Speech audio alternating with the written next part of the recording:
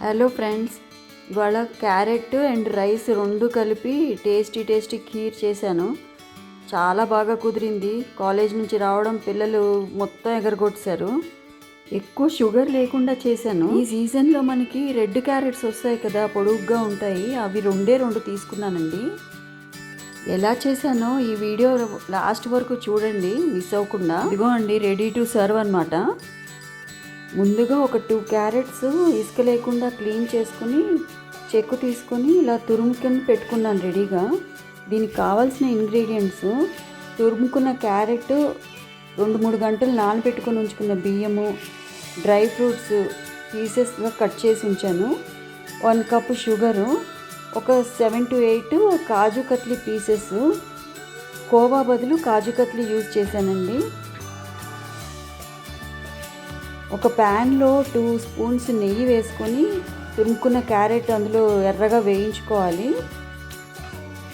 కొంచెం బ్రౌనిష్ వచ్చేదాకా వేయించుకోవాలి. ఇది వేరే బౌల్లోకి తీసుకొని సేమ్ ప్యాన్లో 1 లీటర్ మిల్క్ వేసాను.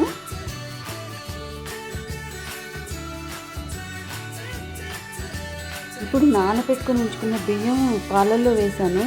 ఇక్కడ ఒక చిన్న టిప్ అండి, బియ్యం కచ్చా బిచ్చాగా మిక్సీలో వేసి మిల్క్లో యాడ్ చేయండి, లేకపోతే పలుకులుగా ఉంటుంది. బియ్యం బాగా ఉడికిపోయాయండి మెత్తగా. ఇప్పుడు వేయించుకున్న క్యారెట్ తురుము అందులో మిల్క్లో యాడ్ చేసేయండి. ఈ క్యారెట్ని ఈ రైస్ బాగా మిల్క్లో కలిసేలాగా మరుగొచ్చేలాగా మరగనివ్వాలి. ఈ కాజు కత్లీ ఏమో మిక్సీలో వేసి ఇలా కలిపాను. ఇప్పుడు షుగర్ యాడ్ చేశాను. షుగర్ వేసిన తర్వాత ఇంకెక్కువ మరగనివ్వక్కర్లేదండి. వేరే చిన్న ప్యాన్లో కొంచెం ఈ డ్రై ఫ్రూట్స్ నేతిలో, 1 స్పూన్ నేతిలో వేయించుకోవాలి. కొంచెం గోల్డెన్ బ్రౌన్ వచ్చేదాకా వేయించుకోవాలి.